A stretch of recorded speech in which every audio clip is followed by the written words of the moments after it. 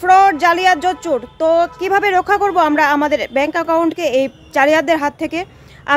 আমিও এবারে একটা স্ক্যামের হাতে ফাঁদে পড়ে গেছিলাম। তো সেই বিষয়ে কিছু কথা তোমাদের সাথে আলোচনা করব।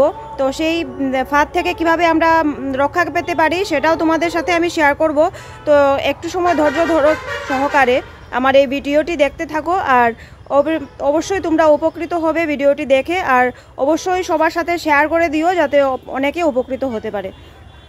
তো দু একদিন আগে আমার সাথে একটা ঘটনা ঘটেছিল। আমার কাছে একটা মেসেজ এসছে যে আমার অ্যাকাউন্টে 1000 টাকা ঢুকেছে।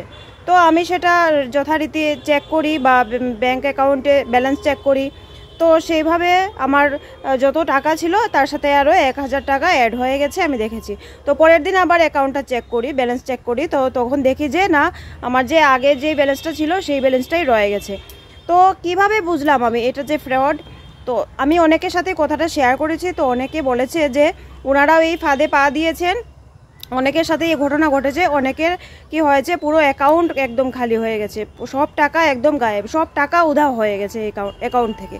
তো কিভাবে হলো, আমি কিভাবে রক্ষা পেলাম, তো সেটাই তোমাদের সাথে শেয়ার করব। আমি একজনের কাছ থেকে জানতে পেরেছি যে তিনি একজন অভিজ্ঞ মানুষ। তো ওনার কাছ থেকে আমি জানতে পেরেছি যে অ্যাকাউন্টটা যখন আমার কাছে যে মেসেজটা এসেছিল সেই সময় আমি মেসেজটা চেক করিনি, আমি চেক করেছি আরও কিছুক্ষণ পর।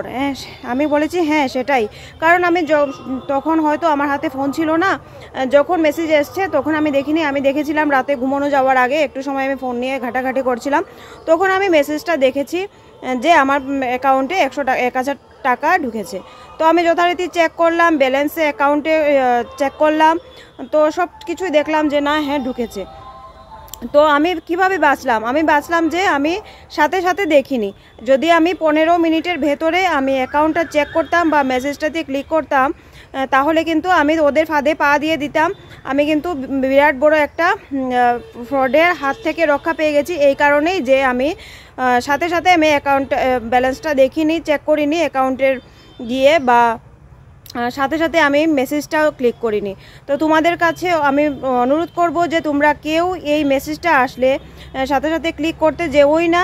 যদি প্রয়োজন হয় তো যারা তোমাকে টাকা পাঠাতে পারে তাদের কাছে ফোন করো, ফোনে কনফার্ম হও যে তারা টাকা পাঠিয়েছে কি না। আর যদি তারা না বলে থাকে কোনোভাবেই এই মেসেজে ক্লিক করবে না, করলে কিন্তু তোমার অ্যাকাউন্ট পুরো খালি হয়ে যাবে। এই চক্রটা কিন্তু খুব ঘোরাফেরা করছে এখন, কিছুদিন পরপরই একটা চক্র নতুনভাবে চলতে থাকে। তো এখন কিন্তু এই চক্রটাই চলছে, তার দুদিন পরে আবার কিন্তু আজকে কিন্তু আবার এই মেসেজটা আমার এসেছে যে আমার অ্যাকাউন্টে 200 টাকা ঢুকেছে। তো আমি এখন তো আমার জানাই হয়ে গেছে, আমি জানতে পেরে গেছি, তাই জন্য আমি ক্লিক করিনি, অ্যাকাউন্ট ব্যালেন্সও চেক করিনি। তাই জন্য তোমাদেরকেও সাবধান করে দিচ্ছি, অবশ্যই সবার সাথে শেয়ার করো, বিষয়টি পৌঁছে দাও সবার মাঝখানে, যাতে সবাই একটু হলে উপকৃত হতে পারে, সবাই এই বিপদের হাত থেকে রক্ষা পেতে পারে। ধন্যবাদ সবাইকে পাশে থাকার জন্য, আর অবশ্যই একটা লাইক, কমেন্ট এবং শেয়ার করে দিও।